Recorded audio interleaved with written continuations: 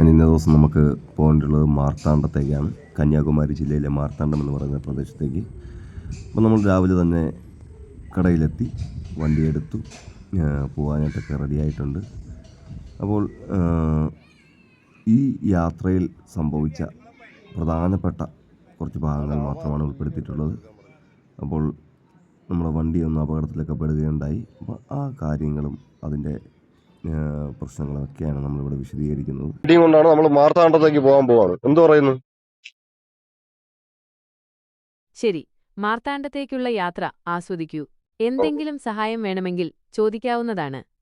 വഴിക്ക് എണ്ണ അടിക്കൊരു 1000 രൂപ ഇട്ട് തരാൻ പറ്റൂ? ക്ഷമിക്കണം, എനിക്ക് പൈസ തരാൻ കഴിയില്ല. നിങ്ങൾക്ക് എന്തെങ്കിലും സഹായം വേണമെങ്കിൽ ചോദിക്കാവുന്നതാണ്. ഈ സ്ഥലം ഏതാണെന്ന് മനസ്സിലായോ? ഈ ലോറിയിൽ കൊണ്ടുപോകുന്നത് വലിയ കണ്ടെയ്നറുകളാണ്. വലിയ ഭാരമുള്ള സാധനങ്ങൾ കൊണ്ടുപോകാൻ ഉപയോഗിക്കുന്ന വാഹനമാണിത്. പുതിയൊരു അറിവാണല്ലോ. അങ്ങനെ ഈ യാത്രയിലുടനീളം നമ്മൾ അവർ നമ്മുടെയും വിശേഷങ്ങളൊക്കെ ചോദിച്ചു.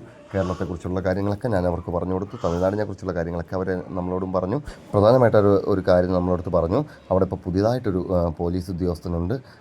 അദ്ദേഹം സർക്കിളാണ്. അദ്ദേഹത്തിൻ്റെ ഫ്ലെക്സുകൾ അങ്ങോളം ഇങ്ങോളം ഒക്കെ ഒട്ടിച്ച് വെച്ചിട്ടുണ്ട്. നാട്ടിൽ എന്ത് സംഭവം നടന്നിട്ടുണ്ടെങ്കിലും അദ്ദേഹത്തിന് ലൈവായിട്ട് തന്നെ അതെല്ലാം കാണാനും നാട്ടിലെ എല്ലാ അവസ്ഥകൾ കാണാനും ഒക്കെ ആയിട്ട് നാടിൻ്റെ അങ്ങിങ്ങായിട്ട് ക്യാമറകളൊക്കെ സ്ഥാപിച്ചിട്ടുണ്ട്. അദ്ദേഹത്തിൻ്റെ മൊബൈൽ നമ്പർ എല്ലാതെയും കൊടുത്തിട്ടുണ്ട്. എന്ത് പ്രശ്നത്തിനും അദ്ദേഹത്തെ നേരിട്ട് തന്നെ ജനങ്ങൾക്ക് വിളിക്കാനുള്ളൊരു രീതിയിലുള്ള മൊബൈൽ നമ്പറൊക്കെ കൊടുത്ത്, അതുപോലെ തന്നെ ജനങ്ങളും അദ്ദേഹത്തിനോട് ഒപ്പം നിന്ന് മുന്നോട്ട് പോയിക്കൊണ്ടിരിക്കുന്ന ഒരു മനോഹരമായ ഒരവസ്ഥയിലാണ് അവരുടെ നാടെന്ന് അവർ പറയുകയുണ്ടായി. അങ്ങനെ അവിടെ സ്ഥാപിച്ചിട്ടുള്ള ഏതെങ്കിലും ഒരു ഫ്ലെക്സിൻ്റെ ഫോട്ടോ എടുത്ത് അദ്ദേഹത്തെക്കുറിച്ചുള്ള കാര്യങ്ങൾ കൂടുതലായിട്ട് ചോദിച്ചറിഞ്ഞ് അത് നിങ്ങളിലേക്ക് എത്തിക്കണമെന്ന് ഞങ്ങൾക്ക് ആഗ്രഹമുണ്ടായിരുന്നു.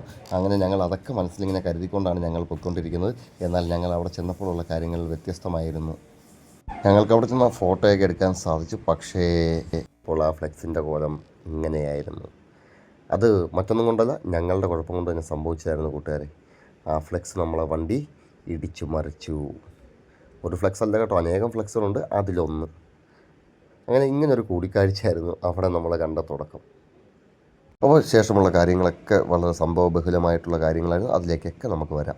അങ്ങനെ ഞങ്ങൾ വലിയ പ്രശ്നമൊന്നുമില്ലാതെ കടയിലെത്തി, അവരുടെ സ്ഥാപനത്തിൽ അവർ ആ കല്ലുകൊണ്ട് ചെയ്ത് വെച്ചിട്ടുള്ള കുറേ വർക്കുകളൊക്കെ അവർ കാണിച്ചു തന്നിട്ടുണ്ട്. അപ്പോൾ നമുക്കറിയാം, തമിഴ്ക്കാർ അവരുടെ സ്ഥാപനത്തെ അത്രത്തോളം മനോഹരമാക്കി ചെയ്യാറുണ്ട്. അങ്ങനെ അവരതിനെക്കുറിച്ച് ഓരോന്നിനെക്കുറിച്ചും വിശദീകരിച്ചൊക്കെ തന്നിട്ടുണ്ട്. കന്യാകുമാരി ജില്ലയിലുള്ളവർക്കൊക്കെ ഇവരുടെ ഈ വർക്കുകൾ വളരെ മിതമായിട്ടുള്ള നിരക്കിൽ അവർ ചെയ്തു കൊടുക്കുന്നുണ്ട്. നിങ്ങൾക്ക് താല്പര്യമാണെന്നുണ്ടെങ്കിൽ അവരെ തീർച്ചയായിട്ടും കോൺടാക്റ്റ് ചെയ്യാനുള്ള നമ്പരൊക്കെ ഇതിൽ കൂടെ ഉൾപ്പെടുത്തുന്നുണ്ട്. എനിക്ക് ഇതുപോലുള്ള കല്ലുകളോടൊക്കെ വലിയ കൗതുകം ഉള്ളതുകൊണ്ട് തന്നെ ഞാൻ കുറച്ച് നേരം അവിടെ ഇരുന്നു. ആ കല്ലുകളൊക്കെ പറക്കി നോക്കി. വ്യത്യസ്തമായിട്ടുള്ള കല്ലുകൾ, അതൊക്കെ നാച്ചുറലായിട്ട് ഉള്ള കല്ലുകളാണ്. മറ്റ് എന്താ പറയുക, പ്ലാസ്റ്റിക്കിൽ ഉണ്ടാക്കിയൊന്നും അല്ലല്ലോ. അപ്പോൾ അതുകൊണ്ട് തന്നെ അതിൻ്റെ ഈ പ്രകൃതി അതിന് കൊടുത്തിട്ടുള്ള ഓരോ ഭംഗി, അത് തീർച്ചയായിട്ടും വളരെ മനോഹരം തന്നെയാണ്. അപ്പോൾ ഇതുപോലുള്ള കല്ലുകളൊക്കെ കൊണ്ടിട്ട് അവർ വളരെ അനേകം വർക്കുകളൊക്കെ അവർ ചെയ്യുന്നുണ്ട്. ആവശ്യക്കാർക്ക് തീർച്ചയായിട്ടും അവരെ കോൺടാക്റ്റ് ചെയ്യാവുന്നതാണ്. നമുക്ക് കുറച്ച് നേരം ഈ കല്ലുകളുടെ ഭംഗിയൊന്ന് നോക്കാം. കണ്ടില്ലേ, വളരെ വ്യത്യസ്തമായിട്ടുള്ള നാച്ചുറലായിട്ടുള്ള കല്ലുകളാണ് ഇതൊക്കെ. ഇത് നല്ലപോലെ പോളിഷ് ചെയ്ത് വന്നിട്ടുണ്ട്. നല്ലപോലെ ക്ലിയറായിട്ട് പോളിഷ് ചെയ്തിട്ടുണ്ട്. മാത്രമല്ല മുറ്റത്തൊക്കെ വിരിക്കുന്ന കല്ലുകളൊക്കെ അതിൻ്റെ സൈഡുകളിലൊക്കെ വെച്ചിട്ടുണ്ട്. അപ്പോൾ വ്യത്യസ്തങ്ങളിലായ ഈ പ്രകൃതി അതിന് കൊടുത്തിട്ടുള്ള നിറങ്ങളും അതിന് കൊടുത്തിട്ടുള്ള രൂപങ്ങളും ഒക്കെ നമുക്ക് നല്ല മനോഹരമായിട്ട് കാണാൻ സാധിക്കുന്നുണ്ട്. പിന്നെ അവർ നമുക്ക് എനർജി കിട്ടുന്ന ഒരു സാധനം വാങ്ങിച്ചു തരാം. നമുക്ക് യാത്രയൊക്കെ കഴിഞ്ഞ് വന്നതുകൊണ്ട് എനർജി ഉണ്ടാകുന്ന ഒരു സാധനം വാങ്ങിച്ചു തരാമെന്ന് പറഞ്ഞ് നമ്മളെ വിളിക്കുകയുണ്ടായി. അങ്ങനെ എനർജി കിട്ടുന്ന സാധനം എന്താണെന്ന് അറിയാൻ വേണ്ടി ഞങ്ങൾ പോയി.